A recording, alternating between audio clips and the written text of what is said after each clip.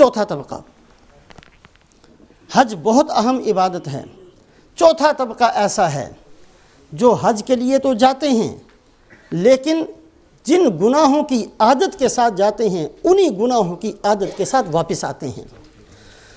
جس طریقے سے جیسے جاتے ہیں ویسے کے ویسے واپس آتے ہیں، کیونکہ جاتے ہوئے نیت ہی نہیں ہوتی کہ ہم نے اپنے آپ کو بدلنا ہے، ہم نے اپنی نماز کو ٹھیک کرنا ہے، ہم نے اپنے ایمان کو ٹھیک کرنا ہے، ہم نے اپنے اخلاص کو ٹھیک کرنا ہے، ہم نے اپنی زندگی کو بدلنا ہے، یہ نیت ہی نہیں ہوتی۔ آپ صلی اللہ علیہ وسلم نے فرمایا میری امت کے اوپر ایسا زمانہ آنے والا ہے کہ میری امت کے جو سلاطین ہوں گے وہ حج کے لیے جائیں گے لیکن ان کا حج سے نیت صرف سیر و تفریح ہوگی۔ میری امت کے تاجر حج کے لیے جائیں گے، ان کی نیت صرف بزنس اور تجارت ہوگی۔ میری امت کے علماء حج کے لیے جائیں گے، ان کی نیت صرف شہرت ہوگی۔ میری امت کے فقراء حج کے لیے جائیں گے، ان کی نیت صرف بھیک مانگنا ہوگی۔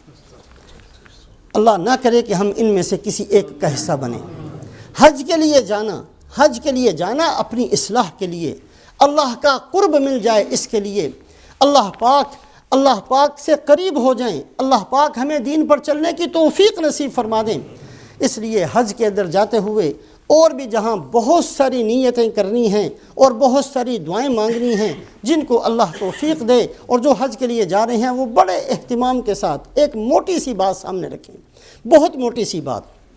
مکہ مکرمہ ایک ایسی جگہ ہے جہاں ابراہیم علیہ السلام کی قربانیاں ہیں، اور ابراہیم علیہ السلام کے بعد رسول پاک علیہ السلام کی بے تحاشا قربانیاں، اور آپ صلی اللہ علیہ وسلم کے بعد مہاجرین کی قربانیاں۔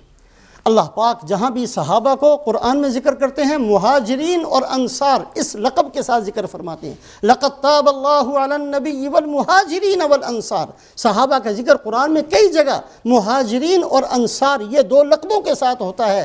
مکہ مکرمہ چونکہ جگہ ایسی ہے جہاں یہ سیکھا جاتا ہے، جہاں اس پر عمل کیا جاتا ہے کہ اے اللہ تجھے راضی کرنے کے لیے، تیرے دین کو سر بلند کرنے کے لیے اپنا سب کچھ لگایا جا سکتا ہے۔ یہاں تک کہ ابراہیم علیہ السلام نے اپنے اکلوتے بیٹے کو ذبح کرنے کے لیے آمادہ ہو گئے۔ اس چیز کی مشق کرنی ہے مکہ مکرمہ کے اندر۔ مکہ مکرمہ میں رہتے ہوئے یہ دعا کثرت سے مانگیں کہ اے اللہ یہ جگہ ہے مہاجرین کی، یہ جگہ ہے ان لوگوں کی، یہ مسکن اور یہ گھر تھے ان بندوں کے جنہوں نے آپ کے دین کی سربلندی کے لیے اپنا سب کچھ لگا دیا۔ حضرت عبداللہ ابن عمر رضی اللہ تعالیٰ عنہما ہجرت فرمائی، بعد میں جب حج کے لیے تشریف لائے اس گلی سے گزرے جہاں ان کا گھر تھا تو اپنا منہ پھیر لیا کہ جس گھر کو اللہ کے لیے چھوڑا تھا اس کو میں دیکھنا بھی نہیں چاہتا، منہ پھیر کر اس گلی میں سے گزر گئے۔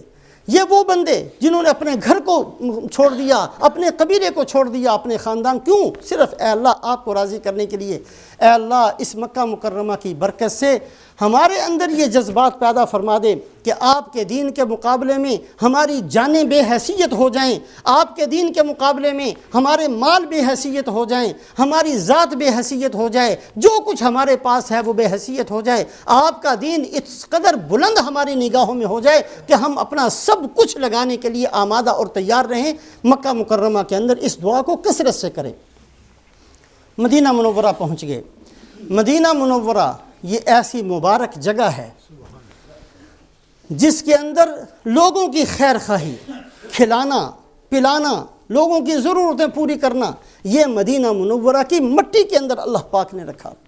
آپ صلی اللہ علیہ وسلم کی تشریف آوری سے 700 سال پہلے، تھوڑا سا زمانے 700 صدیاں پہلے، یمن کا بادشاہ جب اس نے مدینہ منورہ پر چڑھائی کی اور فوج لے کر آیا تو مدینہ منورہ والوں کی 700 سال پہلے، ابھی آپ صلی اللہ علیہ وسلم نے تشریف نہیں لائے، 700 سال پہلے مدینہ منورہ والے جو اس زمانے کے اندر بھی تھے ان کی عادت یہ تھی، چونکہ چڑھائی کی تھی دن کے اندر مقابلہ کرتے اور جب رات ہو جاتی تو کھانا پکا کر اپنے دشمن کے لشکر میں بھیجتے۔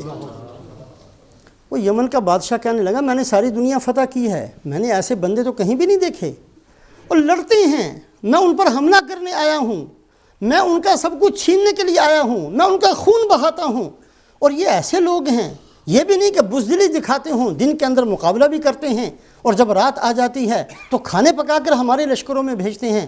جا کر پوچھا کہ بھائی تمہاری عقل ٹھیک ہے، تم کیسے لوگ ہو؟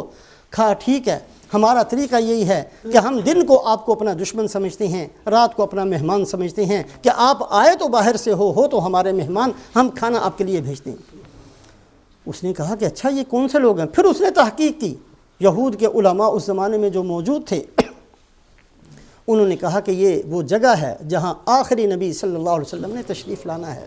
اس مٹی کے اندر اللہ پاک نے خیر خواہی کو رکھا ہے، اس مٹی کے اندر نصرت کو رکھا ہے، مدد کرنے کو رکھا ہے۔ تو وہ مسلمان ہوا اور سب سے پہلا بیت اللہ کے اوپر جو غلاف ڈالا وہ اسی بادشاہ نے ڈالا تھا۔ تو بہرحال مدینہ منورہ جائیں تو وہاں یہ دعا کرنا کہ اے اللہ لوگوں کی خیر خواہی میرے دل میں پیدا فرما دے، ہر ایک کے لیے میں خیر خواہ بن جاؤں، ہر ایک کا بھلا سوچنے والا بن جاؤں، کسی کی عداوت میرے دل میں نہ ہو، کسی کا بغض میرے دل میں نہ ہو، کسی کی دشمنی میرے دل میں نہ ہو۔ میرے دل کے اندر یہ آ جائے کہ دنیا کا ہر انسان جنتی بن جائے اور دنیا کا ہر انسان میں اس کی خیر خواہی سوچنے والا بن جاؤں، اس کا بھلا کرنے والا بن جاؤں۔ حضرت عائشہ صدیقہ رضی اللہ تعالیٰ عنہا بڑے بہترین انداز سے انصار کی تعریف فرماتی تھیں کہ انصار ایسے لوگ ہیں، اگر کوئی بچی بیاہ کر مدینہ منورہ میں آتی ہے اور اس کا گھر کسی انصاری کے گھر کے ساتھ ہوتا ہے، اس کو اپنے ماں باپ یاد نہیں آتے۔ انصار اس طریقے سے اس کے ساتھ رہا کرتے تھے۔ انصار کی عورتیں ایسی اس کی خیر خواہی میں اور ایسا اس کے ساتھ معاملہ کرتی کہ وہ اپنی ماں کو یاد نہیں کیا کرتی تھی، اپنے باپ کو یاد نہیں کیا کرتی تھی۔ یہ انصار کی عادت تھی۔ انصار جیسے بننے کے لیے دعا مانگنی کہ اے اللہ اس مدینہ منورہ کی مٹی کے اندر جو آپ نے خیر خواہی رکھی ہے، اس ہوا کے اندر اور اس پانی کے اندر جو آپ نے خیر خواہی رکھی ہے، اللہ اس کا کوئی ذرہ ہمیں بھی نصیب فرما دے۔ اللہ پاک ہمیں عمل کی توفیق نصیب فرمائے۔